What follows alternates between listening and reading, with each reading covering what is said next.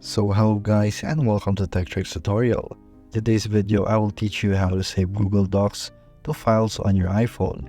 So if you're using an iPhone, I know it's pretty hard to save documents and files. If you're a new user and you don't know how, here's a tutorial on how to do so.